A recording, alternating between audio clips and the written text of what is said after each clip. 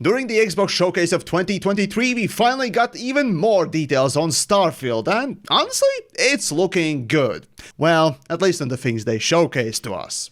Well, hey kids, do you want some drugs? Oh, sorry, I don't have any, but I have something better. Patreon! Yes, that makes videos happen.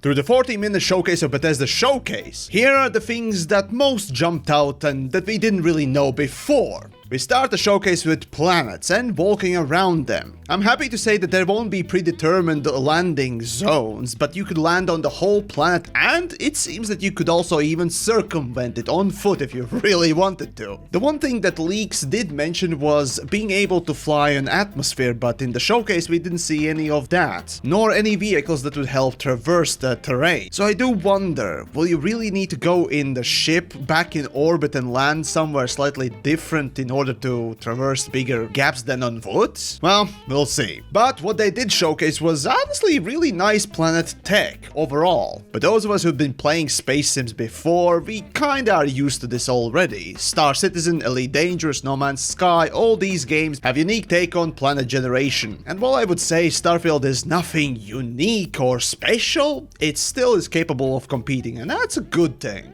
After that, they showcase a little bit of inventory management, and frankly speaking, Bethesda never had a good inventory system, but this seems functional. And then they showcase the galaxy map, which is more akin to No Man's Sky than Elite Dangerous. But what's interesting is that they show the fuel consumption on the specific target that you want to jump to. Before this, we already knew that spaceships wouldn't have fuel, but instead just maximum jump range to a star system that you could jump to. So I'm assuming that this is that. But you never know, maybe on higher difficulties they will introduce actual spaceship fuel.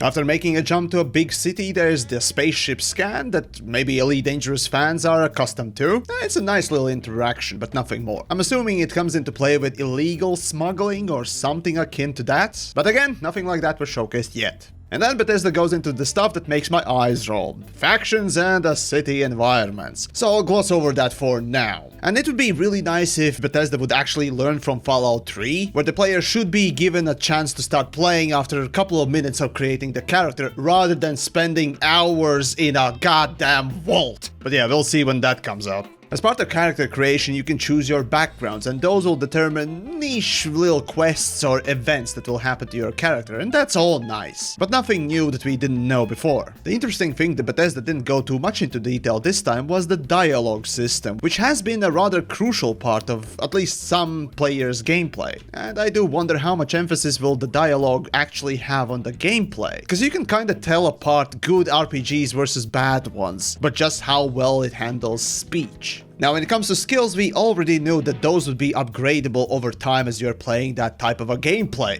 grind. This time though, they do showcase some interesting features or abilities like controlling or at least befriending those alien creatures, and that's pretty neat. And then there's my favorite part of the showcase, the FPS gameplay. From at least what they showcased us, it seems that this time the gameplay is a lot faster than Fallout 4 or Fallout 3, and that's only a good thing. And in some clips you could even see a little bit of frame drop. It seems that they haven't finished optimizing, at least for the showcase. And now come to think of it, that might be a worrying thing. As we know, Bethesda is not exactly known to be the best optimizers in the gaming industry. Next up, ship designing, the part that actually is kinda neat. And while sure I'm not a big fan of the look of the aesthetics for the whole game, still I do respect the ability to make your own ship or designing it the way you want. As an example, this! Honestly, that was a good moment. If nothing else, this was the best moment of the showcase. After that, there's a little bit of a showcase of the combat, but generally speaking, well, obviously we knew that it was going to be some sort of a casual-like gameplay.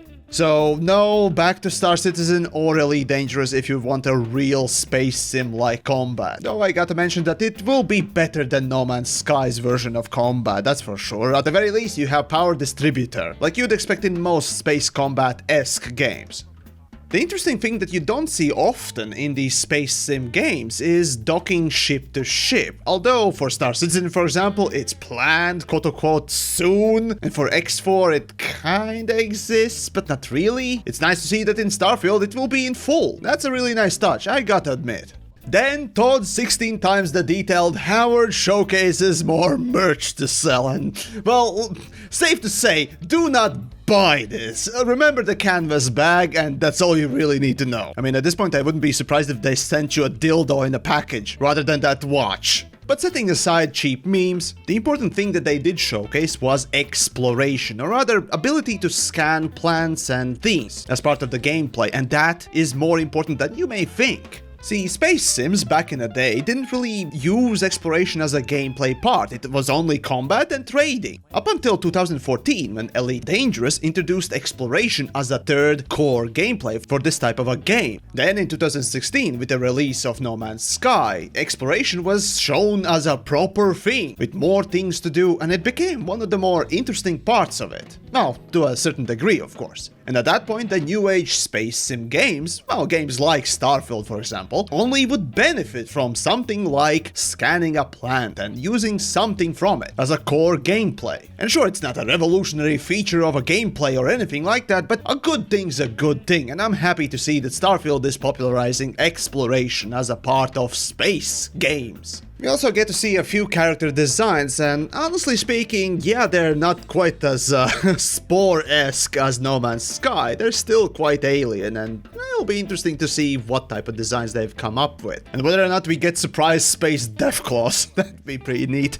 Now moving on to base building, probably my least favorite part of this, but that's just my personal opinion. Now, in of itself, we pretty much already knew what you would do with it. All they mentioned in this showcase was just small little details that fundamentally doesn't change anything. You basically see what's on the screen and yeah, that's the base building. When it comes to tech upgrades and especially weapon upgrading, well, if you played Fallout 4, pretty much that. As for the weapon designs, well, I'm on the fence for now. There are some interesting designs, and on the other hand, there are some needless designs, but you never know. We'll see how it goes. There are also melee weapons, but all they showcased was a knife, and that's about it. Where's my goddamn space dildo bat? And as one of the final parts, they showcase some telepathic abilities, assumedly some sort of a special ability, or space magic, force, something like that. That's pretty much all we know, it's just a hint that they will be there. And in big swings, that's about it on the showcase. There were details, and if you zoom in on all the screens, perhaps you could get a bit more information out, but that's in big strokes it. For now, the game is planned to be released on 6th September 2023, and considering the last Xbox releases, well, the optimization is gonna be the key for it. And of course, the usual Bethesda stuff too.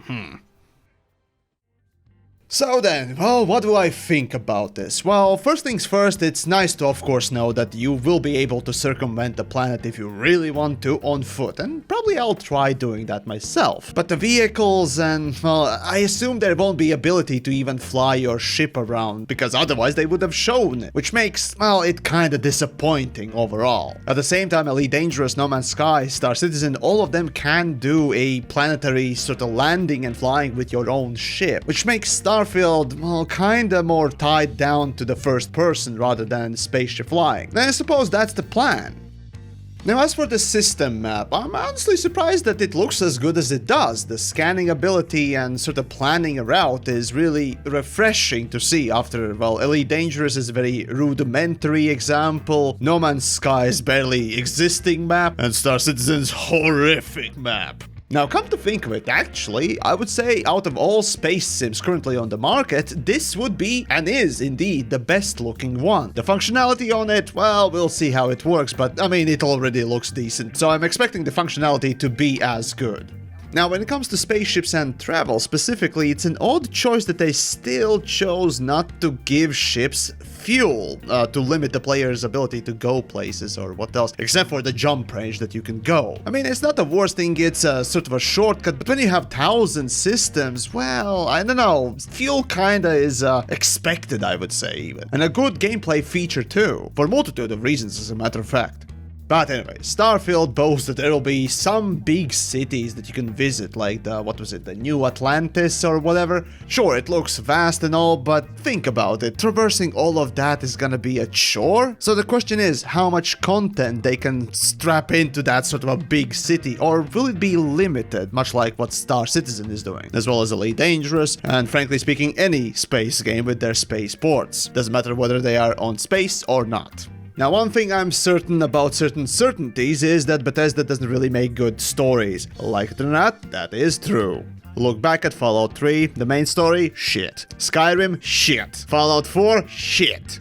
Side quests, sure, some of them were really nice, but when it comes to general Bethesda type of story, well, they do open worlds really well, but when it comes to stories, sorry, no. But you know, that's not the end of the world. Bethesda does excel in making open worlds rather interesting, and I expect them to make this one at least comparable to rest of the space sims, if not showing them up. Now that would be a good kick in the teeth for all of them, because they really need it. Though looking at the cities, I do wonder, much like with Outer Worlds when I was playing it, I do actually wonder how many characters can I murder? Like slaughter everyone. Yes, I think I might have some problems. And then moving on to character creation. Now, this is an actually important thing. I did mention that it will be important to see how quickly you can start actually playing the game the way you want with open world, rather than being locked into a vault for X amount of hours, or no, what feels like at least. Playing the game sort of a problem, because Fallout 3, sure, the vault part was sort of immersive and you got to grow with the character, but when you're replaying the game, it's just a chore to get to character spec sheet. And the same thing, actually a bigger problem, was with the Deus Ex Human Revolution as well. And then we come to the dialogue side of things. Well, learning from Fallout 3, where even with 100% speech skill, you could fail if you were really unlucky. They learned for Fallout 4, and of course New Vegas showed how, speech could actually be used in a really clever ways. So maybe Bethesda is learning from it, but looking at the last Fallouts, I honestly don't expect much. But the new system seems interesting, so it's too early to say. It's gonna take a while to actually go into it properly. It's a lot of ifs, I know, but well, here we go. This is just a showcase. What else it could be? And then we come to the skills. Overall, I'm not too keen on unlocking better tiers for skills after just grinding them, but then again, depending on how much grind is necessary for some of them. But looking at some of the combat skills, 100 kills? Man, no, come on. I'm not a fan of it at all. Well, on the other hand, there were a couple of skills like the control animals that almost works like that magic thing at the end of the showcase. And speaking of skills, I do wonder what will become the meta, sort of a stealth archer build for this game, though. There's always one. I do wonder. But if you're talking about the combat stuff, well, I'm a first-person aficionado, and honestly speaking, I wasn't seeing anything that I particularly liked. I mean, technically, yeah, the Fallout 4, even that one had a decent combat trailer, I suppose. But while you're playing itself, it just feels like you're using oversized toys with not enough damage at times, unless, of course, you unlock better gear and, more importantly, perks to make them more powerful, which, again, I don't really like. See, when it comes to first-person shooting, I tend to say that a bullet sponge constitutes basically wasting more than 3 bullets to just kill a dude, especially when it comes to a headshot. And in this trailer, well, it kind of felt spongy. Well, that and also the frame drops, if you notice, which was kind of funny, because, yeah, honestly, I'm starting to think it's about less than 6 months, or was it 6 months till the release of the game, and it doesn't look like it's optimized either. So then, generally speaking, FPS gameplay, honestly, it's Bethesda. I don't expect Doom levels of good creative freedom or capability from your character. And I'm also not expecting quite as bad of a gameplay, or if you can even call that, from Fallout 3 or Fallout 4. It's gonna be casual, and it's gonna do the job for most part. I personally won't exactly like it, but it's fine. But speaking of the performance, well, Bethesda is also not known to exactly release the best of games, especially on the launch days. Fallout 76 is a great example of it. And frankly speaking, all of the games they've released except for maybe Vegas. And frankly, at this point, well, knowing their MO, I'm honestly expecting a very poor performance at the start of it, very buggy gameplay, as it is Bethesda, of course, as the jokes go. So, if I'm wrong, I'll be pleasantly surprised, and that's something I suppose that'd be really nice to have, indeed. But as I said, what are the chances, right? Now then, next we got spaceship building. Now that's an interesting and rather unique part of space games overall. There are a few games that do offer you building a spaceship, a Star Sector, a 2D game, sure, but still. And I think there are a few 3D games that allow you to build a ship, but generally speaking, not to quite the level that Starfield does, it seems. It was really nice to see in the trailer something truly bizarre, like the robot flying ship thing. But setting the silly stuff aside, it just simply shows that it won't just be quite a limited, or at least as limited of a space. Though, as I said previously, I'm not really keen on the general look of these parts or the ships themselves, but I'm willing to give it a go. Why not? Overall, the ship designer, it seems alright. The interesting thing will be how the stats affect each other and what will be the specific limitations of each ship, or rather specifically how each part will affect the overall usability of them. And more importantly, how aggressive the AI will be. But hey, if nothing else, at least you can say that Starfield will have ship interiors, and that's certainly more than one other space sim can say. Which is the funniest and oddest and also kind of saddest thing, cause ship interiors are fundamentally very important for immersion part, and well, I honestly kinda expect this to be really nice for immersion. While on the other hand, those games, at least the modern space sims that don't have ship interiors, well, they're just kinda left behind, sadly. And speaking of ships and buildings specifically, you will be able to crew all of these things. So at one point I was wondering, how many NPCs can you hire? Because the ship alone will take, well, let's say 4 people, 5, let's say 10. While your settlements can literally be cities of 30 plus, right? So, it'll be interesting indeed. And now we come to the spaceship combat. From the get-go, we already knew it's gonna be very casual-friendly, very simplistic, watered-down version of, well, what you would expect a space flight simulator to be. So for you, Star Citizen and Elite Dangerous tryhards, sorry, this is not gonna be for you. Though I'm not sure why you're surprised. But hey, on the positive side, at least Starfield will have ship-to-ship docking, which is really nifty. I do wonder, what could you do with your opponent's ship once you've done killing everyone inside it? It'd be nice to actually either be able to salvage the ship or, at the very least, maybe even sell it or pick it up as your own. And finally, I guess we come to the obvious comparisons, and that's of course No Man's Sky. Even though Starfield is looking more realistic, well, there's a... well, basically, literally everything about it is a comparable feature. The only difference is that, oh, Starfield's gonna be a bit more story-driven with, you know, voice work rather than text-based stuff. Well, at the same time, No Man's Sky has more features in it and it's more cartoony looking, but both of them are rather colorful in palette and with spore-esque animals, I guess. But you know, that's alright. Even though Starfield might as well just be copy-pasted features from No Man's Sky, that doesn't mean it could be a bad game either. But knowing it's Bethesda, I'm gonna withhold my judgment before I actually get to play it.